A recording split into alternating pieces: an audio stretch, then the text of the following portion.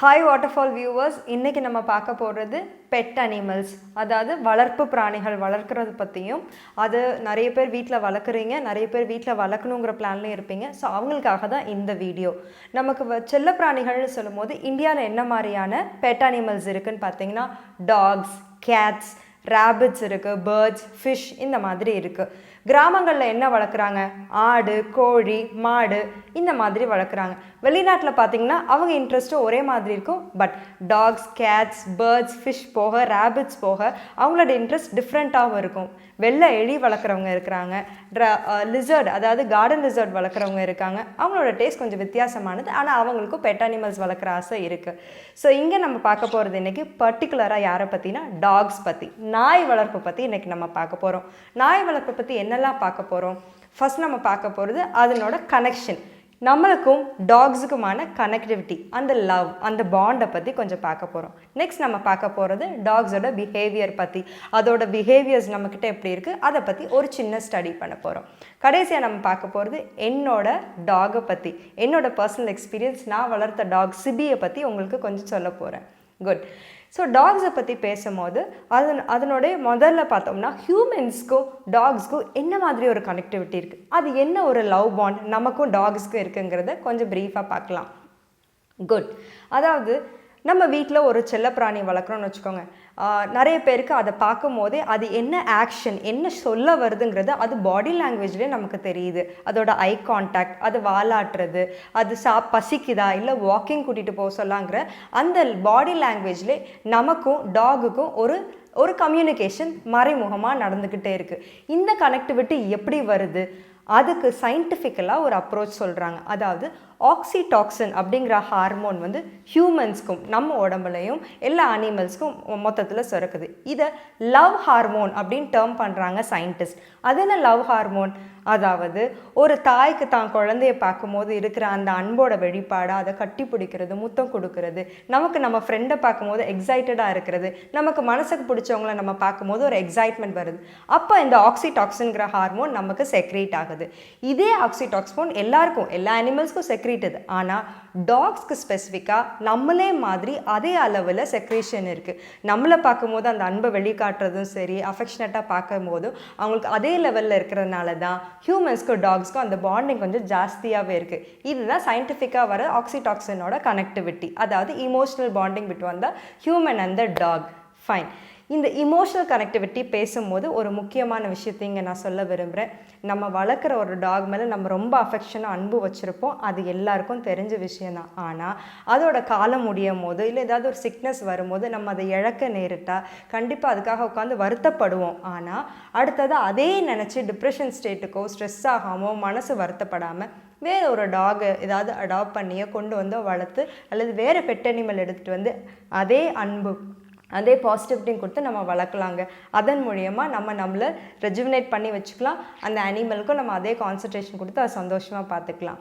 So அதை நினச்சே கவலைப்படாமல் நெக்ஸ்ட் ஏதாவது ஒரு அடாப்ஷனுக்கு அனிமல் எடுத்து வளர்க்க பாருங்கள். குட்.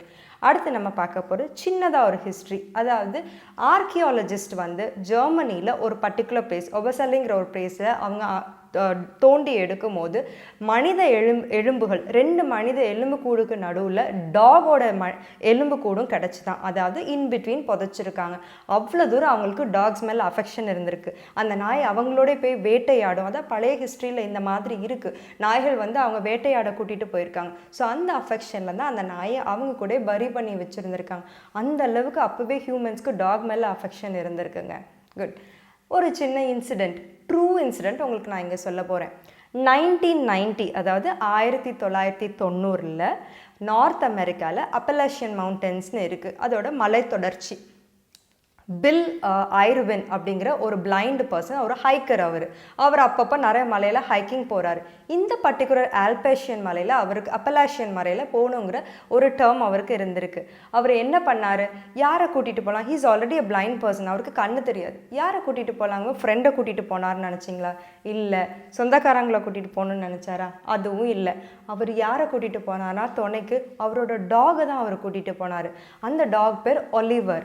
ஸோ அந்த டாகை துணையாக கூட்டிகிட்டு போகிற அளவுக்கு அவருக்கும் அவரோட டாகுக்கான கனெக்ஷனும் அந்த லவ்வும் ஜாஸ்தியாக இருந்திருக்கு. அந்த டாகும் பத்திரமா அவரை 2000 மைல் கிட்டத்தட்ட ஹைக்கிங் போயிருக்காங்கங்க. 2000 மைல்ஸ். அவங்க ஸ்டார்ட் பண்ணது மார்ச் 1990. அவங்க ப்ராப்பராக அந்த ஆல்ப்ஸ் மலையிலேருந்து கீழே வந்தது நவம்பர் 1990. ஸோ இந்த ஃபுல் ஜேர்னியை இந்த ஆலிவர் பில் ஐவன் கூட பத்திரமா போய் அவரை பத்திரமா கீழே கூட்டிகிட்டு வந்திருக்காங்க. இந்த பாண்டை தான் நான் சொல்கிறேன், அந்த ஹியூமனுக்கும் டாகுக்கான பாண்ட் பயங்கர ஸ்ட்ராங்காக இருக்கும்னு சொல்லிட்டு. ஸோ இதை பற்றி ட்ரூ இன்சிடெண்ட்டுங்கிறதுனால ஒரு மூவியும் எடுத்திருக்காங்க, அதை நாவலாகவும் எழுதியிருக்காங்க. ஓல்ட் வாஷிங்டன் போஸ்ட்டில் நியூஸ் பேப்பரில் இதை பற்றின ஆர்டிக்கல் கூட பப்ளிஷ் ஆகிருக்கு. அப்போ உள்ளதை பற்றி பேசுகிறோம். இப்போது இந்த நாய்கள், இந்த டாக்ஸ் எந்த மாதிரி மென்டல் இல்னஸ்லாம் க்யூர் பண்ணுதுன்னு பார்ப்போமா? அப்ராடில் AFT, அனிமல் ஃபெசிலிட்டேட்டட் தெராப்பி அப்படிங்கிற ஒரு செஷனே இருக்குங்க. அங்கே என்ன பண்ணுறாங்கன்னா, இந்த டாக்ஸை கூட்டிகிட்டு வந்து அதுக்கு ப்ராப்பர் சர்டிஃபிகேஷன் ட்ரைனிங் கொடுத்து மென்டல் சிக்னஸில் இருக்கவங்க, ஆன்சைட்டி டிப்ரெஷனில் இருக்கிறவங்க, ஸ்ட்ரெஸ்ஸில் இருக்கிறவங்களுக்குலாம் இந்த டாகை கூட்டிகிட்டு வந்து அது சந்தோஷமாக அவங்களோட விளையாட வச்சு தெராப்பி செக்ஷன்ஸ் கொடுத்து அந்த மாதிரி மென்டல் சிக்னஸ்லேருந்து அவங்க மீண்டு வர்றதுக்கு ஹெல்ப் பண்ணுறாங்க. ஸோ இந்த விஷயத்தில் டாகோட இமோஷ்னல் சப்போர்ட் எல்லாருக்கும் அங்கே கிடைக்குது மென்டல் இல்னஸில் இருக்கிறவங்களுக்கு. இந்த டாக்ஸை தெராப்பி டாக்ஸ் அப்படின்னு சொல்கிறாங்க. ஸோ டாக்ஸும் ஹியூமன்ஸும் எவ்வளோ கனெக்டடாக இருக்காங்கன்னு இதுலேருந்தே நீங்கள் தெரிஞ்சுக்கலாம். ஃபைன். இது வரைக்கும் நம்ம பார்த்தது டாகுக்கு ஹியூமனுக்கான கனெக்டிவிட்டி. அடுத்து நம்ம பார்க்க போது சில பிஹேவியர்ஸ், அதாவது டாக்ஸோட சில பிஹேவியரல் ஆக்டிவிட்டீஸ் அப்சர்வ் பண்ணதை நான் உங்களுக்கு இங்கே ஷேர் பண்ண போகிறேன். ஃபைன். ஸோ மொதல் பிஹேவியர் நான் என்ன சொல்ல போகிறேன்னா, ட்விச்சிங் ஆஃப் ஐஸ்ன்னு சொல்லுவாங்க. நாய்கள் தூங்கும் போது கவனிச்சிங்கன்னா காலை வேகமாக ஆட்டுறது, கண்ணை வேகமாக பிளிங்க் பண்ணுற மாதிரி தூக்கத்தில் பண்ணுவாங்க. அது ஏன் பண்ணுறாங்கன்னா அவங்களும் கனவு கண்டுட்ருக்காங்கன்னு அர்த்தம். அந்த கனவுக்கு அவங்க ரெஸ்பாண்ட் பண்ணுறதுனால தான் கண்ணை சிமிட்டுறது, தூக்கத்திலே காலை ஆட்டுற மாதிரியான விஷயங்கள், அவங்க ஓடுற மாதிரி கனவு காணலாம், இல்லை யாரையாவது பார்க்குற மாதிரி. அதனால தான் அந்த ட்விச்சிங் கொடுக்குறாங்க. அடுத்த பிஹேவியர் என்ன பார்க்க போகிறோன்னா, அவங்களோட ஒரு இன்டிமேட்டான பிஹேவியர். உங்கள் மேலே இருக்கிற பாசத்தோட வெளிப்பாடு அது. உங்களோட துணிகள் மேலே நாய்கள் இழுத்து படுத்து தூங்குறத பார்த்துருப்பீங்க. அது ஏன்னா தான் எஜமானர், தான் ஓனர் நீங்கள் தான் இல்லையா, உங்களோட வார்டர், உங்களோட ஆர்டர், உங்கள் சென்ட் அதுக்கு பிடிச்சதுனால தான் உங்கள் துணிகள் இழுத்து போட்டு அது மேலே படுத்து அவங்க தூங்குறாங்க. அது அவங்களுக்கு மோர் லவ் அண்ட் அஃபெக்ஷனோட வெளிப்பாடு அது உங்கள் மேலே. அதனால தான் அந்த துணிகள் இழுத்து போடுற ஹேபிட் உங்கள் நாய்களுக்கு இருக்குது. மூணாவதாக நம்ம பார்க்க போகிற பிஹேவியர் என்னென்னா, அவங்களுக்கு சூவிங் ஹேபிட் இருக்கும். ஏதாவது டாய்ஸை வந்து அதாவது சூ பண்ணவங்களுக்கு கடிச்சு மென்று போடுறது, ஷூஸை மென்று போடுறது, துணிகளை எடுத்து கடிச்சு போடுறது. இது எதனாலனா மெயினாக கால்சியம் டெஃபிஷியன்சியால் தான் இருக்கும். இந்த கால்சியம் டெஃபிஷியன்சி இருக்கிற டாக்ஸ்க்கு நம்ம போன்ஸ் போடலாம், இல்லை ப்ராப்பராக டாக்டரை பார்த்து மெடிக்கேஷன் டேப்லெட்ஸ் ஏதாவது கொடுத்து சூயிங் ஹேபிட்டுக்கு அதை நம்ம ஹெல்ப் பண்ணிட்டோம்னா அது அந்த மாதிரி பண்ணாது. ஏன்னா அதுவும் ஒரு குழந்தை மாதிரி தானே நம்ம ட்ரீட் பண்ணோம். ஸோ அதையும் நம்ம கவனிக்க வேண்டியது நம்மளோட ரெஸ்பான்சிபிலிட்டியும் கூட. அடுத்ததான பிஹேவியர் பார்த்தீங்கன்னா, கால் மேலே ஏறி வந்து அப்பப்போ நம்ம டாக்ஸ் உட்காரதை கவனிச்சிருப்போம். பாதத்து மேலே வந்து படுத்துக்கிறதோ, இல்லை நம்ம கால் மேலே ஏறி வந்து உட்காந்துக்கிறதோ. இந்த பிஹேவியர் எதனால்னா, நீ ஏன் ஓனர், எனக்கு உன் மேலே முழு உரிமை இருக்குங்கிற அன்போட வெளிப்பாடு தான் அந்த பிஹேவியர். அதனால தான் டாக்ஸ் உங்கள் கால் மேலே வந்து ஏறி உட்காந்துக்கிறாங்க. அடுத்த பிஹேவியர்னு பார்த்தீங்கன்னா, ரோலிங் ஆன் த கிராஸ், அதாவது புல்வெளியில் உருள்றதை கவனிச்சிருப்பீங்க, டாக்ஸ் கவனிச்சிருப்பீங்க. அது எதனாலனா தன்னோட சென்ட்டை அந்த ஏரியாவில் அது பண்ணுது. இது என்னோட ஏரியா, இது ஏன் வீடு அப்படிங்கிற அந்த ஒரு மார்க், அந்த இடத்த குறித்து வச்சுக்கிறதா இந்த டாகோட பிஹேவியர் அப்படி பண்ணுது. அடுத்த பிஹேவியர்னு பார்த்தீங்கன்னா, கொட்டாவி விடுறது. ஏன் கொட்டாவி விடுறது யோசிக்கிறீங்களா? அது ஏன் மெயினா அவங்க வந்து தூக்கத்தினால கொட்டாவி விடலைங்க. அது வந்து என்னைய ஹர்ட் பண்ணிடாத. இப்போ 2 டாகுக்கு சண்டை நடக்குதுன்னா அது இமீடியட்டாக வாயை யான் பண்ணுற மாதிரி பண்ணுறது, அதாவது கொட்டாவி விடுற மாதிரி சமைக்க விடுறது வந்து நான் வந்து உங்ககிட்ட சரண்டர் ஆகிறேன், நான் சண்டை போட விரும்பலைன்னு சொல்ல வர்றது அந்த யானிங் நேச்சரோட பிஹேவியர் அதுக்கு. ஸோ இதெல்லாம் ஒரு சில பிஹேவியர். இன்னும் முக்கியமான ஒரு விஷயம் என்னென்னா, சில டாக்ஸ் சண்டை போடும்போது 2 காலுக்கும் நடுவில் வாலை சுருட்டி வச்சுப்பாங்க. அது எதனாலனா பயந்துட்டாங்க அப்படின்னு அர்த்தம். அதாவது நீ என் கூட சண்டை போட வேணாம், எனக்கு உன் கூட சண்டை போடுறதுக்கு சத்து இல்லை, நான் உன்கிட்ட பயந்துட்டேன், ஐம் ஸ்கேர்ட் டு டெத் அப்படிங்கிற மீனிங்கில் தான் 2 காலுக்கும் நடுவில் நாய்கள் வாழை சுருட்டி வச்சுக்கிறாங்க. புதுசாக ஒரு ஆளை பார்க்கும்போது நக்கிறது வந்து அன்போட வெளிப்பாடு தான். இன்னொரு முக்கியமான விஷயம், நீங்கள் யார் வீட்டுக்காவது போகிறீங்க அப்படின்னா சில டாக்ஸை இமீடியட்டாக ஃப்ரெண்ட்லி ஆக்க ட்ரை பண்ண வேண்டாம். ஏன்னா புதுசாக ஒரு ஸ்ட்ரேஞ்சர் நீங்கள் அந்த வீட்டுக்கு ஃபர்ஸ்ட் டைம் அவன் அந்த டாக் உங்களை பார்க்குறான், இமீடியட்டாக ஃப்ரெண்ட் ஆக முடியாது. ஸோ கொஞ்சம் டைம் எடுத்து அவனாக வந்து பழகி உங்களை அவனே ஸ்மெல் பண்ணி உங்கள் சென்ஸ் வந்து அவனுக்கு அட்ராக்ட் ஆனதுக்கப்புறம் உங்ககிட்ட ஃப்ரெண்ட்லி ஆவான். ஸோ இதெல்லாம் சில டாக்ஸோட பிஹேவியர். ஓகே, அடுத்து நம்ம ஃபைனலாக பார்க்க போகிறது என்னோட ஓன் ஸ்டோரி. நான் டாக் வளர்த்தது பற்றியும் நான் வச்சுருந்த டாகை பற்றின ஒரு சின்ன இன்ஃபர்மேஷன் கொடுக்குறேன். நான் சின்ன வயசில் ஸ்கூலுக்கு படிக்கும் போது ஒரு டாக் வளர்த்தேன். அவன் பேர் சிபி. ஸோ அந்த டாக் பப்பியாகவே இருந்து நான் வளர்த்துருக்கேன். அவனை வீட்டுக்கு கொண்டு வந்து அவனை வளர்த்துட்டு இருக்கும்போது சில வருஷங்களுக்கு முன்னாடி சுனாமிங்கிற ஒரு விஷயம் வந்தது. ஸோ நாங்கள் எல்லாம் பீதியில் பயந்து போய் இருந்தோம். அது தவிர்க்க முடியாத ஒரு டிசாஸ்டர் அது. ஸோ எல்லாம் பீதியில் இருக்கும் போது எங்கள் அப்பா எல்லாம் கிளம்புவோம்மா, ஊரை விட்டே கிளம்பலாம், எல்லாத்தையும் எடுத்து வைங்க போவோம் அப்படின்னு சொல்லும்போது எனக்கு ஒரு மனசில் உடன்பாடே இல்லை.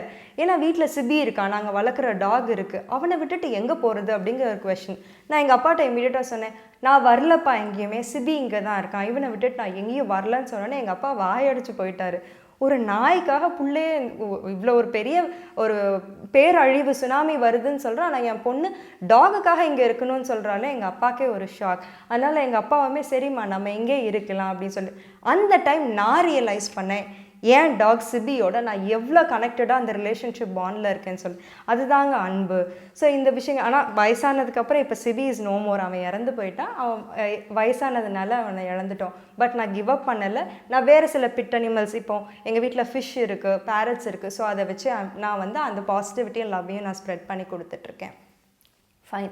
இந்த முறையிலையும் நான் என்னோடய அன்பை வெளிப்படுத்துகிறேன். இன்னொன்று ஃபாஸ்டர் ஹோம் அப்படிங்கிற ஒரு கான்செப்ட் இருக்குது. ஃபாஸ்டர் ஹோம் கான்செப்ட் என்ன அப்படின்னா ரெஸ்கியூட் டாக்ஸ்னால் தெருநாய்கள் அடிபட்டு இருக்கும் போது அவங்களுக்கு ஆக்சிடெண்ட் ஆனாலோ இல்லை யாராவது நாயை வளர்த்துட்டு அதுக்கு ஏதாவது டிசீஸ் வந்தாலோ நோய் பாய்ப்பட்டாலோ அதை தெருவில் அப்படியே விட்டுட்டு போயிடுறாங்க. இந்த நாயை யாருங்க கவனிப்பா? அடிப்பட்ட நாய் அப்படியே விழுந்து இறந்து போகிறதுக்கா? கண்ணு முன்னாடியே ஒரு ஜீவனை நம்ம அப்படி லாஸ் பண்ண முடியாது இல்லையா? ஸோ நாங்கள் என்ன பண்ணுறோன்னா ஒரு பர்டிகுலர் நிறைய டீம்ஸ் இருக்காங்க. இந்த டீம்லாம் இந்த ரெஸ்கியூ டாக்ஸை ஐடென்டிஃபை பண்ணுறாங்க. அடிப்பட்ட நாய் யாராவது ஃபோன் பண்ணி இந்த டாக் அடிபட்டு இருக்குன்னு சொல்லுவாங்க, அல்லது இந்த நாய் ரொம்ப நாளாக தெருவில் இருக்குது, சாப்பாடு யாருமே போடல, அது ரொம்ப கஷ்டப்படுது, அதுக்கு மேலெல்லாம் புண்ணாக இருக்குன்னு யாராவது இன்ஃபார்ம் பண்ணாங்கன்னா இந்த டீம் பர்டிகுலராக அந்த இடத்துக்கு போய் அந்த டாகை கலெக்ட் பண்ணி அதுக்கு ப்ராப்பராக டாக்டர்கிட்ட போய் வேக்சினேஷன் பண்ணி க்ளீன் பண்ணி அதை ஒரு ஃபாஸ்டர் ஹோம், அதுதான் ஃபாஸ்டர் ஹோம்ங்கிற கான்செப்ட். எங்களை மாதிரி ஃபாஸ்டர் ஹோம் ஷேர் பண்ணுற பீப்புள்கிட்ட அந்த டாகை கொடுத்துருவாங்க. நாங்கள் எங்கள் வீட்டில் அந்த பர்டிகுலர் அடிப்பட்ட நாயை வச்சு அதை பராமரித்து எங்களால் முடிஞ்ச அளவுக்கு வீட்டில் ஒரு 10-15 நாள் அதை வச்சுருந்து அதை க்ளீன் பண்ணி அதை ப்ராப்பராக க்ளீனான டாகை கொண்டு போய் அதுக்கப்புறம் நாங்கள் அதை அடாப்ஷனுக்கு ரெடியான பிறகு கொடுத்துருவோம். ஸோ இதுதான் ஃபாஸ்டர் ஹோம்ங்கிற கான்செப்ட். இதை நான் கிட்டத்தட்ட ஒரு 2 இயர்ஸாக பண்ணிகிட்ருக்கேன். இது வரைக்கும் என்னால் முடிஞ்ச அளவுக்கு ஒரு 10-15 டாகை நான் ஃபாஸ்டர் ஹோம் கொடுத்து ஹெல்ப் பண்ணி அடாப்ஷனுக்கு கொடுத்துருக்கேன். இதன் மூலியமாக நான் என்ன சொல்ல வரேன்னா பெட்டர் அடாப்ஷன் பண்ணிக்கோங்க. ஸ்ட்ரே டாக்ஸும் அது எங்கே தாங்க வாழப்போகுது, அதுவும் ஒரு குழந்த மாதிரி நம்ம வீட்டில் கொண்டு வந்து அடாப்ஷன் கொண்டு வந்து வச்சுக்கலாம் இல்லையா? ஸோ ஸ்ட்ரே டாக்ஸ்க்கு அடாப்ஷன் ப்ராசஸ் போங்க. தெருநாய்களை வீட்டில் கொண்டு வந்து அது உங்கள் பிள்ளை மாதிரி வளர்த்து வச்சுக்கோங்க. ஸோ இதன் மூலியமாக நான் நிறைய வீடியோஸ் இன்னும் கொடுக்க வரேன். இன்னும் நம்ம நிறைய பேசலாம். பெட் அனிமல்ஸ் பற்றி பேசலாம், டாக்ஸ் பற்றி பேசலாம். என் தோளில் உட்காந்துருக்கிற இவன் பேர் குல்ஃபி, இவனை பற்றி இன்னும் நான் நிறைய வீடியோஸ் போடுறேன், அவனை பற்றி உங்களுக்கு சொல்கிறேன். ஃபைன். இனிமேல் இங்கே வாட்டர்ஃபாலில் இருக்கிற மற்ற வீடியோஸை பாருங்கள், லைக் பண்ணுங்கள், ஷேர் பண்ணுங்கள், உங்கள் ஃப்ரெண்ட்ஸை இன்வைட் பண்ணி சப்ஸ்கிரைப் பண்ண வைங்க. கண்டெஸ்ட் ஒன்று நடந்துகிட்ருக்கு, அதையும் போய் இன்வைட் பண்ணி பார்த்துடுங்க. இன்னும் பார்க்கலாம். தேங்க்யூ.